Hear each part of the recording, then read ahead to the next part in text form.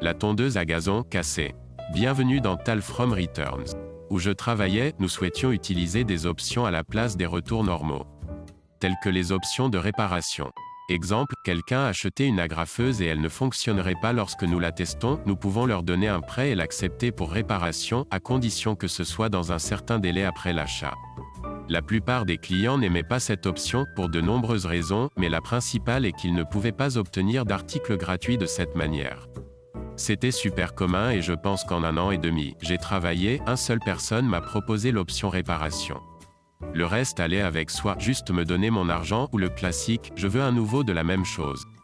Le premier était facile à faire, le second nécessitait l'approbation de son responsable, même avec un reçu, et ils essaieraient de les convaincre de faire l'option de réparation, mais cela ne fonctionna jamais. Quoi qu'il en soit, j'avais un client qui connaissait nos politiques de réparation et faisait de son mieux pour le contourner et obtenir une nouvelle tondeuse chaque année. Puisqu'il rendrait la tondeuse avant la fin de la politique de retour applicable, il demanderait au gestionnaire de lui donner une nouvelle tondeuse gratuitement chaque année, avant même de m'avoir reçu pour la première fois.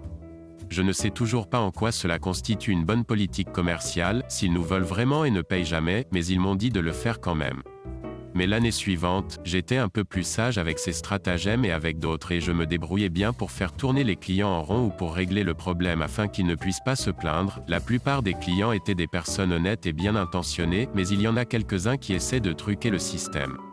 Donc, l'homme entre avec sa tondeuse, ou ce que je pense, c'est une tondeuse tellement elle est embourbée d'herbes mortes et desséchées, je peux à peine voir la peinture rouge dessous. Il fait son travail habituel, tondre avec et ça s'arrête, j'en veux un nouveau. Je lui offre l'option de réparation mais il ne veut pas en entendre parler. Alors je lui dis, eh bien, monsieur, je dois l'inspecter avant de pouvoir la renvoyer, ça vous dérange si je prends ça dehors pendant que je fais ça? Il est confus mais laisse-moi le faire. J'ai réparé ma vieille tondeuse tellement de fois à la maison maintenant que je pouvais être un mécanicien pour eux quelque part, mais celui-ci était un cas différent. Après l'avoir nettoyé, je vérifie les étincelles, problème normal, démarreur, ils sont bons, pratiquement vierges. Je vérifie les branchements électriques, ils sont bons. Moteur, bon et bien huilé.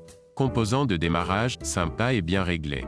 Je n'arrive pas à comprendre, tirez bas, jusqu'à ce que je coupe le bouchon d'essence. Putain, rien n'est sec. Je roulais des yeux. Je reviens après environ 10 minutes de vérification et il dit, puis-je avoir une tondeuse de remplacement pour la remplacer maintenant? Mais je suis sage de lui faire une offre. Monsieur, je parie que je peux commencer en 1 minute. Si je peux, allez-vous le récupérer? Je veux dire, je suppose, mais quoi? Je ne le laisse pas finir, je sors un carton de gaz en plastique de derrière mon bureau, celui que nous utilisons pour remplir les remplaçants et en mettre un peu dans le réservoir. Amorcer le moteur et bam. Il redevient comme neuf. Voilà, monsieur, son semble bien fonctionner maintenant. Puis-je vous aider avec autre chose aujourd'hui? Il l'observa stupéfait pendant quelques secondes avant de rouler doucement, retourner dans son camion. À ce jour, je me suis demandé s'il ne pensait jamais que j'essaierais de faire le plein en premier. Un client craint de prendre du pop-corn au juste prix. Je travaille comme détenteur de clés dans une épicerie. La plupart du temps, les clients avec lesquels je communique sont plutôt agréables ou neutres, mais de temps en temps, des effarants viennent de sortir du bois. Il s'agit d'une journée un peu chargée et j'occupe moi-même le front-end, ce qui me permet de faire preuve de plus de clémence pour que tout se passe bien. Je vois un clignotement et je vais enquêter. La caissière me dit qu'il y a 2 sacs de maïs soufflés sonnant de manière incorrecte selon le client. Les sacs de maïs soufflés sonnaient comme si je croyais $2, mais étaient supposés être 2 pour $3 ou $1.50 chacun. Je me souviens de quelque chose de très similaire qui s'est passé il y a quelques jours, alors je donne au client le bénéfice du doute et je change immédiatement le prix sans même regarder dans le dépliant hebdomadaire ou regarder les étiquettes de l'étagère. Malgré le changement du prix de quelque chose sur place sans aucune question, quelque chose qui pourrait éventuellement me revenir si je me trompais, cette dame était toujours pas heureuse.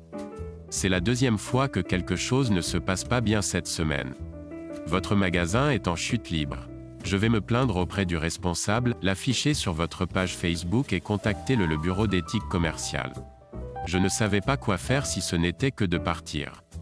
Elle a payé pour ses affaires et la dernière fois que je l'ai vue, elle se dirigeait vers le service à la clientèle pour demander à voir le responsable.